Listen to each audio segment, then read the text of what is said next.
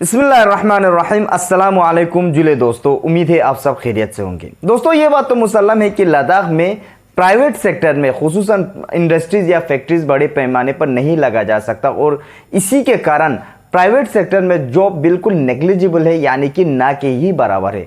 इसीलिए दोस्तों लद्दाख के लोग ज़्यादातर गवर्नमेंट मुलाजिमत करते हैं। दोस्तों सन 1947 यानी कि after the independence of India जो लद्दाख में जिस तरह से हुकूमत ने, हिंदुस्तान सरकार ने जिस तरह से तरक्याती काम किए, उनमें से सबसे बड़ा तरक्की काम इसमें भी किया है कि गवर्नमेंट सेक्टर में गवर्नमेंट जॉब्स को बहुत ही ज़्यादा अहमियत देने लगा और लोग भी अब धीरे धीरे खेतीबाड़ी छोड़कर जो गवर्नमेंट जॉब की करने लगे और ये एक आदत सी होगी और दूसरा भी और कोई अल्टरनेटिव भी नहीं था गवर्नमेंट जॉब्स करने के अलावा। और साथ ही साथ जो मैंने पिछले वीडियो में कहा है कि फूड कल्चर पे जिस तरह से आफ्टर 1947 जो इफेक्ट पड़ा है वो बहुत ही बड़े पैमाने पर पड़ा है और अभी लद्दाख में 80% से ज़्यादा खाने की चीज़ें जो खरीद कर लाता है वो पूरा डिपेंड करता है लद्दाख के जॉब्स पर या एक आम इंसान के काम करने के ऊपर।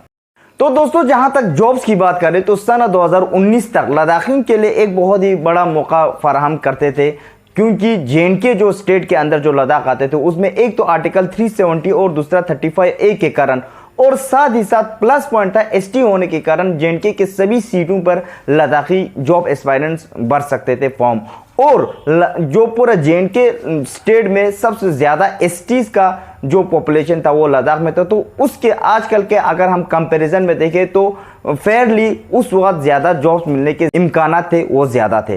तो दोस्तों सबसे पहले जब यूटी हुआ 2019 में तो सबसे पहले जम्मू कश्मीर सरकार ने अपने लेजिस्लेचर के थ्रू एक कानून बनाया जिसमें उन्होंने ये बनाया कि आउटसाइड यूटी जेएंडके के जितने भी कैंडिडेट्स थे वो फॉर्म नहीं भर सकते। सिर्फ यूटी जम्मू कश्मीर के रेजिडेंट्स ही आप जॉब्स के लिए अप्लाई कर सकते हैं। दोस्तों लद्दाखी अथॉरिटीज ऐसा कानून नहीं बना पाया क्योंकि लद्दाख यूटी ही बना था विदाउट लेजिस्लेशन।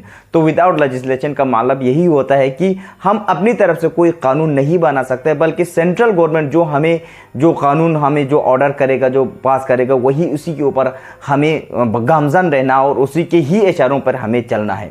दोस्तों क्यों जो लद्दाखी जॉब एस्पायरेंट्स थे अब पहले एरिया वाइज जो इतने वास्ट जो जम्मू कश्मीर के हर स्कूल्स में या कॉलेजेस में या जितने भी पोस्ट निकलते थे स्टेट लेवल पर वहाँ पे बढ़ सकते थे, अब एरिया वाइज बहुत ही महदूद हो गया, सिर्फ लद्दाख में ही चला गया। और साथ ही साथ लद्दाख में जितने भी जॉब निकलेंगे उस पर हिंदुस्तान का कोई भी कैंडिडेट आके बढ़ सकता था। लेकिन 8 जून 2021 को इस मसले को यूटी एडमिनिस्ट्रेशन ने हल किया तो अपना एक नोटिफिकेशन जारी करते हुए उन्होंने ये कहा कि नॉन गेजेटेड पोस्ट लद्दाखियों के लिए ही 100% सिक्योर कर दिया है। लेकिन जॉब सिक्योर करने के बावजूद भी लद्दाख में जॉब्स नोटिफिकेशन देखने को बहुत ही कम मिला है। दोस्तों ज़राए के मुताबिक ये कहा जाता है कि लद्दाख में अभी 5000 नॉन गेजेटेड पोस्ट वैकेंट है और साथ ही साथ 1000 गेजेटेड पोस्ट भी वैकेंट है। लेकिन कोई पीएससी या पब्लिक सर्विस कमीशन नहीं होने के कारण इन सारे जॉब्स को ऐसे ही रखा है। लेकिन दोस्तों पिछले साल एसएससी ने 700 से ज़्यादा पोस्ट को ऐलान किया और उनका बाकायदा नोटिफिकेशन जारी करके एग्ज़ाम भी कंडक्ट किया है और साथ ही साथ अब उसका एग्ज़ाम का रिजल्ट आना बाकी है। और साथ ही साथ दोस्तों पिछले साल यानी कि अक्टूबर में करगिल डिस्ट्रिक्ट में भी बहुत सारे पोस्ट का भी ऐलान हुआ, बहुत सारे इन द सेंस कि 360 अराउंड ऐसे पोस्ट का वो भी नॉन गेजेटेड पोस्ट का ऐलान हुआ है। अभी उनका जो पिछला महीने में जो एडवर्टाइजमेंट आया था, तकरीबन नोटिफिकेशन जो आया था वो मई के फर्स्ट या सेकंड वीक में उनका एग्जाम हो जाएगा। तो अभी कल ही ले का भी एक नोटिफिकेशन आया है जिसमें टीचर्स को लेकर पोस्ट काफ़ी है, लेकिन उसमें एक बात ये कहा जा सकता है कि बीएड को कंपलसरी कर रखा है और हर स्टूडेंट के लिए इतना ज़्यादा वहाँ पे स्कोप देखने को नहीं मिल रहा है। तो ये सारे इंशाल्लाह आगे आने वाले वीडियोस में हम गुफ्तगू करेंगे। दोस्तों लद्दाख में अनएम्प्लॉयड यूथ के साथ साथ स्टूडेंट्स भी बहुत सफ़र कर रहे हैं। ये बात तो मुसल्लम है कि लद्दाख में यूनिवर्सिटी आ गई है, लेकिन यूनिवर्सिटी अभी मराहिल में है, शुरुआत में है और बहुत सारे डिपार्टमेंट का बहुत सारे सब्जेक्ट्स का इंट्रोड्यूस करना बाकी है। और साथ ही साथ साइंस स्टूडेंट्स के लिए तो थ्योरी के साथ साथ लैब का भी ज़रूरत होता है, प्रैक्टिकल भी चीज़ करते तो उनके लिए बहुत सारे इक्विपमेंट्स का, बहुत सारे क्लासरूम्स का, बहुत सारे स्पेसेस की ज़रूरत पड़ता है। खुसूसन मेडिकल स्टूडेंट्स तो अभी बाहर जाकर ही उनको पढ़ना पड़ता है, सारा जो कोर्स होता है, जितने भी डिग्रीज होते हैं। दोस्तों जब से लद्दाख यूटी बना है तब से अब जो पहले जम्मू कश्मीर दोनों में प्राइवेट कॉलेजेस में एडमिशन मिलते थे, लेकिन अब वो एडमिशन भी मिलना बंद हो गया है। पिछले साल दिसंबर में इसी को लेकर ही जम्मू में हमारे स्टूडेंट्स ने प्रोटेस्ट किया था, लेकिन मुझे नहीं लगता कि हमारे कोई लोकल मीडिया ने कवर किया होगा। तो आप ये रिपोर्ट देखिए, उनके ही ज़बानी सुनिए, फिर हम वापस आते हैं।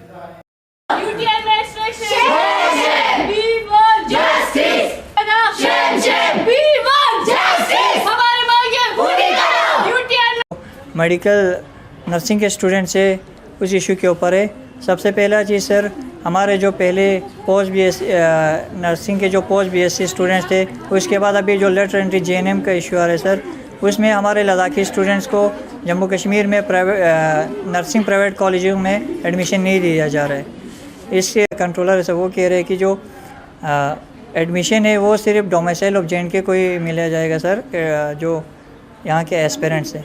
तो हमारे बहुत सारे बच्चे हैं सर, और आपको कहूँ गवर्नमेंट कॉलेज में सिर्फ 4% रिज़र्व सीट है सर लद्दाख के लिए, जिसमें से 2 कारगिल के लिए सर, 2 लेह के लिए। तो हम चाहते हैं सर कि हमारा जो वेरिफिकेशन से पहले हमारे बच्चों को जो प्राइवेट कॉलेज में एडमिशन मिलता था सर जम्मू कश्मीर में, जब तक हमारे लद्दाख में या तो गवर्नमेंट हमारे लद्दाख में इंफ्रास्ट्रक्चर डेवलप करे मेडिकल और इंजीनियर मेडिकल कॉलेजों के लिए, ताकि हम यहाँ ना आ सके, हम वहाँ ही एडमिशन लेना चाहते सर, मगर बाय फोर्स हमारे बच्चों को यहाँ एडमिशन लेने के लिए आना पड़। लद्दाख में बढ़ती बेरोजगारी को देखकर बहुत सारे मुख्तलिफ स्टूडेंट ऑर्गेनाइजेशन ने और यूथ ऑर्गेनाइजेशन ने वक्त पर अपने मुजाहिरे किए हैं सरकार के खिलाफ और अपने मांगों को रखा है। दोस्तों, उनका डिटेल्स मैं अगले वीडियो में करूंगा।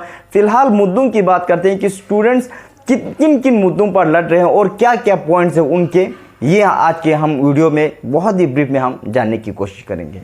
दोस्तों, सबसे पहला है डिस्ट्रिक्ट पोस्ट। यूथ का ये मानना है कि जब जो डिस्ट्रिक्ट जो पोस्ट होते हैं वो सारे काउंसिल्स के कमांड में ही आते हैं, तो पिछले 3 सालों से खुशहाली क्यों है जॉब से?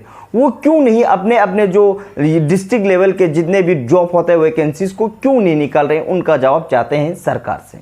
दोस्तों, दूसरा मुद्दा ये है कि कम से कम सब ऑर्डिनेट पोस्ट के लिए लद्दाख का एक कमीशन है और साथ ही साथ जे.एंड.के पीएससी के थ्रू एग्जाम कंडक्ट करके लद्दाख में जितने भी गेजेटेड पोस्ट है उनको भी फिलअप किया जाए। आज की जानकारी के लिए बता दूं, जब 1960 की दहाई में पंजाब और हरियाणा अलग अलग स्टेट बने थे, तो पहल हरियाणा में पोस्ट को भरने के लिए पंजाब बोर्ड का ही इस्तेमाल किया था। तीसरा मुद्दा दोस्तों, LRC सर्टिफिकेट जो फिलहाल प्रोविजनल है उनको बिल्कुल परमानेंट बना दे और ये एक जरूरी कागज करार दे गेजेटेड और नॉन गेजेटेड पोस्ट फिलअप करने के लिए। दोस्तों, कुल मिलाकर बात की जाए तो 2019 के बाद लद्दाख के लोगों का या लद्दाख के स्टूडेंट्स का, जॉब एस्पायरेंट्स का, अनएम्प्लॉयड यूथ का हालत कुछ सही नहीं है। तो अभी अनएम्प्लॉयड यूथ और स्टूडेंट्स के काफ़ी सारे मुद्दों पर और उनके होने वाले प्रोटेस्ट पर अभी बात करना बाकी है। इंशाल्लाह आगे आने वाले वीडियोस में हम तफसीलन गुफ्तगू करेंगे। फिलहाल आपसे इजाज़त लेता हूं दोस्तों, अपना ख्याल रखिएगा। खुदा हाफिज।